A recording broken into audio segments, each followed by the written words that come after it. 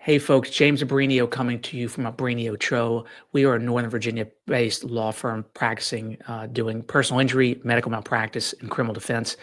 On this YouTube channel, we often really focus on Virginia law, policy, and occasionally current events that I think are relevant for the community to know about, but also where I think I can add a little bit of information that may be useful for folks trying to understand the situation.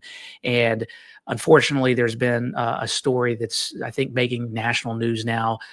There is a pretty well-known football coach out of Wise County named Travis Turner that apparently has recently been charged with some pretty serious crimes involving child pornography and solicitation of a minor. So I'm presenting this U.S. Magazine article that I think is useful and kind of lays it out well. So U.S. Marshals issue a reward for missing high school football coach Travis Turner. As you can see in the story, reward for missing Virginia football coach, offering up to $5,000 for information. Attorney, 46 years old, vanished into the woods behind his family home on November 20th. My understanding is that was shortly after it became pretty public that he was being investigated for some serious crimes. At that point, I don't think warrants had yet been issued, but it was pretty clear that that was coming down the pike. Just getting back to the story, let's see, there is some concerns that he may be armed. From my understanding, he essentially vanished and somebody saw him with a firearm. Nobody knows what that means. Maybe it means he's dangerous. Maybe it means he's going to harm himself. Either way, obviously, it's just a horrific situation, and it needs to be taken very serious by law enforcement. But right now it's December 4th, 2024. Or 2025, we don't know where he is, what he's doing, and what he's thinking, obviously. So, that's all for speculation. But just more information. Coached Union High School in Stone Gap, Virginia, since 2011. I will tell you, I wanted to go ahead and share just a little map of Virginia so you kind of understand what we're talking about in the region. So just a little orientation. This is up here. As you can see, this is the Northern Virginia area. We got, you go southwest, Lynchburg, Blacksburg, and then Union High School here in Wise County. And just for you folks that probably don't know, I grew up in Buchanan County. So that is kind of in this area over here. Let's see. Yeah, Grundy actually is where I grew up in high school. So this area is I grew up at, so I know the area well. Football is a big deal in that area, as it is everywhere. But in the South, we all know we love our football. No issue with that. Just it's pretty relevant. So and just a little more information. Let's see. On behalf, it looks like there's an attorney for the family. I don't know that he's been specifically retained for Mr. Turner, but I believe the family ended up getting an attorney, which makes sense given the publicity. And sorry, let me share this. The publicity coming out of this case. So they've issued a statement on behalf of the family of Travis Turner. I wish to express sincere gratitude to all who have shown a concern in this difficult time. The last known contact the family has had with Travis occurred Thursday, November 20th, after he left the residence to walk into the woods with a firearm. He is believed to have entered in a heavily wooded mountainous area. Statement continues, the family has cooperated fully with law enforcement in their ongoing efforts to locate Travis. Family members and friends have also conducted search and effort in the surrounding woods. These efforts have been limited by weather conditions. It's December and it's out in the mountains, so clearly it gets cold. I also, this article also shows a little more details about what the actual charges is. Let's see, give me a second. Yeah, let's see, a little easy to read. Turner's disappearances came shortly before he was charged with 5 counts of child pornography, 5 counts of using a computer to solicit a minor, which the Virginia State Police has announced on November 21, so the day after he went where he went. Just to be clear, under Virginia law, this should come as no surprise. Child pornography is a very serious felony. Multiple counts are very serious felony. Solicitation of a minor, very serious felonies. Not only would you expect, if there was a conviction, to see active jail time, I would also expect, if somebody's convicted of these charges or something relating to these charges, probably on the sex offender registry. So, I mean, these are absolutely very serious charges. I did want to be clear, though, and so his wife Leslie has made a statement. None of this is true. Give me a second. Sorry. None of this is true. He's a good dad and a good husband, and we want him home. That's it. And she added, I don't know anything. I don't know anything. I'm sorry. So just to be clear, as we're sitting here today, December 4th, Mr. Turner is presumed innocent until proven otherwise beyond a reasonable doubt. So he sits in the shoes of an innocent person. We don't know, and I don't even think the state police have released any facts that I'm aware of that really have given more details about what's being alleged, how law enforcement came to start investigating him, what evidence they have, how they got that evidence, whether or not that evidence was properly obtained under the law, how they are alleging that, he tried to solicit minors. None of this stuff is really in the public eye at this point. Given the nature of this charge and given the publicity, I wouldn't be surprised at some point that there's some type of presser where more information is given to the public. But as we sit here, he is presumed innocent.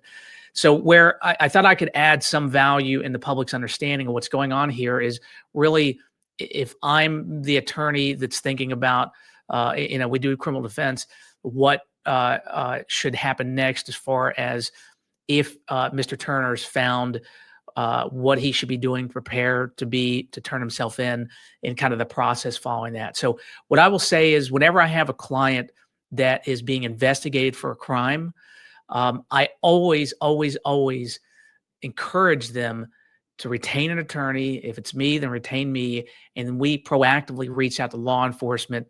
Number one, to figure out exactly what's being accused, what the investigation's about. Are charges actually coming? Is there a chance that maybe they don't, and maybe there's some information that I can provide as counsel to minimize or try to, help maybe charges not come down the pike? I will tell you, a lot of times, by the time law enforcement is reaching out to a suspect, especially when it comes to sex offenses, child pornography, those kinds of things, they've already gotten a decent amount of evidence to where, my view is usually they're going to charge, and either they just want to be able to hook the person by getting them to make admissions, or if they're going to charge, and even if you don't make statements, it's going to happen anyway. So rarely would I ever advise somebody investigated for a crime to speak to law enforcement, because they should be exercising their Fifth Amendment right to remain silent. They should be speaking to counsel. And if I'm counsel, I'm reaching out to law enforcement, trying to get as much information as I can. But also, if charges are coming down the pike, you want to send the signal that, look, my client is not going to be on the run. They're going to cooperate. If charges come down, they're going to turn themselves in, and they are going to address this. They want to address this in court. The last thing they want to do is present a concern that they're a flight risk, that they're a concern in the community. Unfortunately, Mr. Turner deciding to leave, that causes red flags to be thrown up. That's the reason there's an active search for him. And if he is ultimately apprehended, he likely will not be getting bond. I could not imagine, without a bond motion being filed, he will be held, because he's already demonstrated that he's a flight risk. And his counsel, if he tries to get bond, will have to convince a judge why he is not a flight risk, why he's not a risk to the community. And with that being said, I figured the other thing I could do right now is have us look at Virginia law when it comes to bond, and what the court is considering when they're considering whether or not somebody having a charge pending against them, should they be released on bond and out in the community with conditions, or should they be held until the next court date. And so if and when he gets arrested, he will be taken in. and he will have an initial hearing date where he will be advised of his rights, advised of the charges against him. If he can't afford an attorney, the court will appoint him. He will apply for court-appointed counsel, and the court will appoint him counsel. If he's retained attorney, then the attorney may enter their appearance at that point, or they may wait until the first hearing. And then at that point, there is a consideration about whether or not they should move for bond.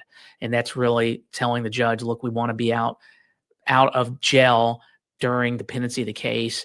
Number one, you want, if I'm defense counsel, I want my client out because number one, it just takes a lot of the stress away of being incarcerated, and the fear and the terror that comes with that. Number two, if I'm defense counsel, it helps me have my client assist in their case. Whereas if they're in jail and every time I've got to speak with them, I've got to go to the jail, talk to them in this small room, always worried about folks listening in our conversations. If they're at their house, then either I can go to them or they can come to me, and then we can have communication. Depending on the nature of the charge, he may or may not. I suspect he will, if he does get bond, he will be limited on the amount of ability to be able to communicate, to use computers and things like that. So, likely not being able to email, but text and stuff like that is definitely easier on the outside. Or just, obviously traveling to see them in person. It's a lot less onerous for the attorney and for the client. And also, I mean, the reality is when somebody is sitting in jail, there is kind of this inherent pressure that if a plea agreement is offered, that they're already getting a taste of what it's like to be incarcerated. And if they're facing significant jail time, I think it does kind of have inherent pressure on somebody to plead to something, even in cases where somebody is innocent. And so just to be clear, again, I'm not tied to this case at all. I have, again, no knowledge beyond what's in that article I just shared with you. I don't know if there's any substantial basis for what's being alleged, all that information. It is pure speculation by me. And unless there's articles that are showing me otherwise, I think it's a pure speculation on everybody else besides within the law enforcement community that actually has access to what's being alleged. But that being said, when a court ultimately, if he files for a bond motion, which he's not required to do, if you get incarcerated, you're not required to file for a bond motion. A lot of times, even if I have a client that I know is not going to get bond, or maybe I don't want them to get bond because maybe they need to start earning credit for whatever sentence they're ultimately going to get. There may be strategic reasons. The bond motion from defense counsel also allows for more information about what's being alleged. This is particularly true when I have clients that really don't have an idea of like, what's the base of this? If somebody made some allegation, they're truly innocent. They don't even know what's being alleged. A lot of times a bond motion will allow me to ask the court for bond, but it requires the Commonwealth to demonstrate why the person should be held. So usually either they'll have witnesses or they'll at least have police reports where they'll explain what the evidence is so we get a better sense of what's being accused. And so bond motion is guided here in Virginia by Virginia Code Section 19.2-120, admission to bail. So we just follow the statute. This stuff is not that complicated. A lot of it's very common sense. Prior to conducting any hearing on the issue of bail, release, detention, the judicial officer shall, extent feasible, obtain person's criminal history. So obviously the court wants to know what their record is like, not just the relevant pending charges. And this process applies not just to serious charges like child pornography and solicitation of minor. If you're charged with a less serious crime like a reckless driving that requires you for whatever reason to have been held, these are the same statute that the court's looking at. Okay, now the factors are different given all the variables, but one is what is the person's criminal record and have they demonstrated a danger to the community previously. Person who is held in custody pending trial or hearing for an offense or civil contempt shall be admitted to bail by a judicial officer unless there is probable cause to believe that. And so I did want to point that out.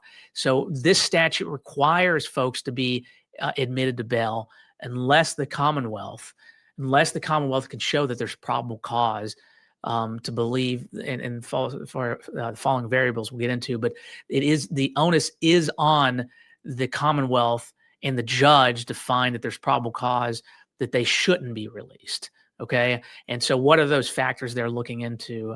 And that's pretty easy because it's laid out. Believe that he will not appear to trial or hearing or at such a time and place as may be directed, or his liberties will constitute an unreasonable danger to himself, family, household members, as defined by 16.1-228. So this is an either or. Okay. So number one, and this is really termed flight risk. The court is concerned that he's not going to show up for court. In a case like Mr. Turner's, the fact that he's kind of gone rogue, that's going to be a huge factor against him, of course. The second factor is, does he constitute an unreasonable danger to himself, family, household members, or the public? Okay, so this is, again, an extended list: to himself, family, household members, or the public. And so there you have two different concerns where, number one, he's off in the woods. Hopefully he's not hurt himself. Look, when I'm doing this video, it's for the public information. As far as like Mr. Turner and his family, this is not meant to disrespect them in any way. It's also not meant to disrespect alleged victims. This is really just for informational purposes. I'm not trying to impact what ends up happening. Not that anybody there cares about my opinion in Wise County, but I'm just kind of giving the public more information. But I imagine the court will have concerns about all three, actually. Number one, is he a danger to himself? Because if you have somebody going into the woods, being accused or suspected of very serious crimes with a firearm, the common sense thing comes to mind. Is he going to hurt himself? Number two, is he a danger to his family? Maybe he comes back. I don't think there's any indication of that, but somebody with a firearm that disappears, there's a question there, but I don't think there's any facts to believe he's dangerous to his family, but to himself, certainly, and to the public. Just the fact that he's disappeared with a firearm, there's going to be an argument there by the prosecutor that he's a danger to the public. I can imagine a scenario where he is on the run. He's thinking, I don't want to be arrested. And he's going to put up a fight, and he's got a firearm. And so he all of a sudden, a fight ensues with law enforcement, and somebody gets shot, whether they're law enforcement or the community members. I don't know. A court is going to be concerned about all this stuff. So every day that he is gone, in a case like this, makes it less and less likely that he would ever get bond. And I think at this point, it would be hard pressed for a judge without exceptional circumstances to be granting bond. The statute also provides a little more information in considering subsection B, so danger to himself, family, or the public. Judicial officers shall consider relevant information, including the nature and circumstances of the offense. So here, very serious felony charges, whether a firearm is alleged to have been used in the commission of offense. Now, nobody's alleging that he used a firearm in child pornography, solicitation of a minor, through the fact that he has a firearm on hand. The weight of the evidence, that's where a prosecutor can present at the bond motion hearing what's being alleged and what they believe the weight of the evidence is. History of the accused or juveniles, including his family ties, involvement in employment, education, medical, mental health, substance abuse treatment. So this is something where his background, it's kind of a double-edged sword given the nature of the charges. Number one, his background is that he's a very important community member, highly regarded from all accounts, has been a long-term coach. Sounds like he's been successful at that. Sounds like he's got a lot of community respect. I'm still Facebook friends with folks in that area. And also I kind of follow the local feed in Buchanan County, and I've seen expressions of concern for his safety. I don't think that if what is true, they're trying to absolve him by any means, but he was a community member and people cared about him, and they don't know what's being alleged. So it sounds like he's, an important member of the community. The thing that makes it difficult, though, is when you have somebody that works with young people, but is charged with a crime involving presumably young people, that can be a double-edged sword, because now the community and the judge is concerned about, well, how does that relate in this context? So just has to be something that I imagine the court is going to be considering and how you read that. Next, his length of residence in that community, again, important. His record of convictions, I'm not aware that he has any criminal record whatsoever. His appearance at court proceedings or flight to avoid prosecution or conviction, or for failure to appear at a court proceeding. This is the one where, him absconding essentially is really concerned whether the person is likely to obstruct or attempt to obstruct justice or threaten, injure, intimidate a prospective witness, juror, family member. That doesn't apply here from what I'm aware. That's really when you're concerned about, somebody's charged with domestic assault and you're worried about them forcing their significant other not to testify, that kind of thing. Let's see, any evidence that the person providing indicated that such person is currently pregnant, obviously not relevant. Has any recently given birth, currently nursing a child, that's obviously not relevant here. A judicial officer who admits the person the bell is charged with the act of violence is defined by 19.2, 29.71 shall notify Commonwealth attorney in which person case is filed contemporary was granted about that. I don't think that these charges are crime of violence. This is again more dealing with somebody charged with malicious wounding or assault. You want to make sure that the person that they were violent against is not a danger. But I have this. I'm not getting into this statute. Maybe solicitation of minor might somehow be looped into it. Judicial officer sets and secures a bond, and the person engages in services. Licensed bondsman, the magistrate executing and recognize nonsense for accused shall approve the bond, provide a bondsman copy of the personal criminal record to be used by the bondsman only to determine appropriate reporting requirements. And the bondsman shall pay a $15 fee. So that's another thing that when I have clients that are being investigated and possibly going to be charged and possibly held, I always do recommend that they communicate with a bondsman, somebody well-known in the community, that if they are, we put on a bond motion and they're granted bond and a bail amount is set. So 50 grand, a bondsman will usually charge 10% or 8%. I don't know what the going rate is right now. And so the person can put up his 50 grand and they charge 10%, $5,000, and then they get out. But if they don't show up to court, then they forfeit that 50,000. And so the bondsman ends up essentially trying to get the person back. So it gives the court a little bit more authority there. And so that's just how that works. And so you'd like to see Mr. Turner communicating with law enforcement, working with his attorney, working with a bondsman, that kind of thing. I don't think that's happening here, unfortunately.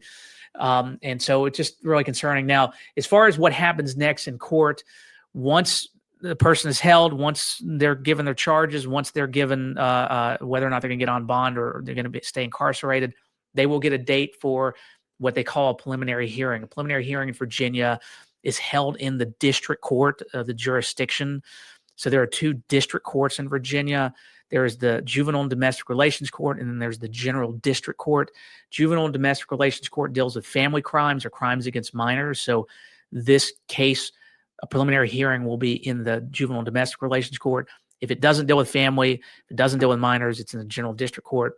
And what that really is a preliminary hearing is where there's a hearing held, a more substantive hearing about whether or not that Juvenile and Domestic Relations Court judge finds probable cause that whatever is being alleged happened.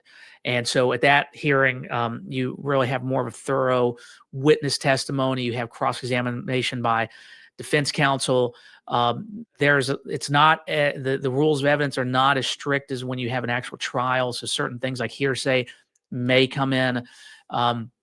There's arguments for it to not. Sometimes defense counsel wants it to come in because they want to know more. A lot of times the defense counsel, we will use a preliminary hearing because in Virginia, criminal discovery, the ability to learn about the crimes being charged is limited. It's not as broad as if you have a civil case. So I always joke about this. You can be sued for $51,000 and you get to depose everybody and get to ask all these records. But if you're charged with a serious felony, you don't get nearly that much. Okay. And so a lot of times defense counsel will use that preliminary hearing as really a discovery process and a tool, even if they don't expect to win the preliminary hearing, to really get more information to gear up for if the case ends up going to trial in the higher court. So at that preliminary hearing, the preliminary hearing may happen. It may get continued multiple times. Sometimes a plea agreement will be reached. I don't suspect in a case like this that unless there's something truly flawed about the case, that there would be discussions about misdemeanor result, likely a felony. Again, I don't know any basis of the facts, but usually when you have a child pornography cases and solicitation cases, you're not working that out to a misdemeanor unless there's something truly flawed about the allegations. Maybe that happens here, but generally speaking, you can also avoid a preliminary hearing if you reach a plea agreement where the case still goes up to the higher court as a felony. So assuming a court finds probable cause in the juvenile and domestic relations court, the case will then be certified to the grand jury. The grand jury is what we've been hearing all about in James Comey's case and a lot of the more high profile cases where essentially the prosecutor sits down with just jurors and they present evidence and it's really closed off. There's no defense counsel. And so usually if a case gets certified by a juvenile and domestic relations court judge to a grand jury is going to indict. And then it moves up to the circuit court for an actual trial. Circuit court in Virginia is the highest trial level. I tell people the district courts are like what you see on Judge Judy. The circuit court is like what you see in the movies where you can have a jury, you have a judge, and you have the big courtroom. And then, getting beyond what happens past the preliminary hearing in a case like this is speculation. We don't know what's going to happen, but procedurally, it'll move up to the circuit court where it'll be set for trial or be set for a plea.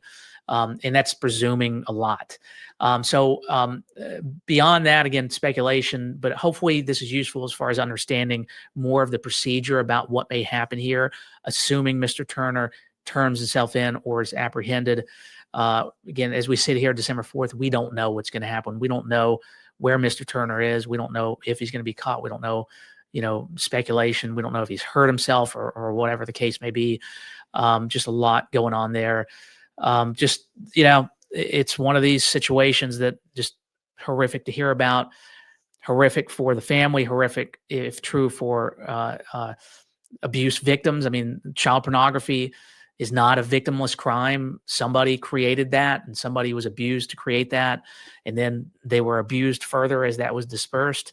Solicitation of a minor is, very serious. As a father of two kids, two daughters, these kinds of cases horrify me as a community member. So very serious charges. But again, everybody sitting, unless they've been convicted of a crime in America, in the United States, is presumed innocent until proven otherwise. So he's sitting there with a presumption of innocence. So if you have questions, feel free to comment below. If you found this information useful, like, share, subscribe. And I wish everybody the best. If you have concerns, feel free to let us know. We always enjoy being able to engage with our members and our viewers. So wish everybody the best. And again, I just want to caveat, I'm not tied to this case at all. I don't represent anybody. Do not take any of this information as legal advice. That's not what this is about. This is about informing the public for informational purposes only. If you're charged with a crime, you need to speak to your own attorney, get specific advice on your own case. Wish you guys the best. Take care and be safe.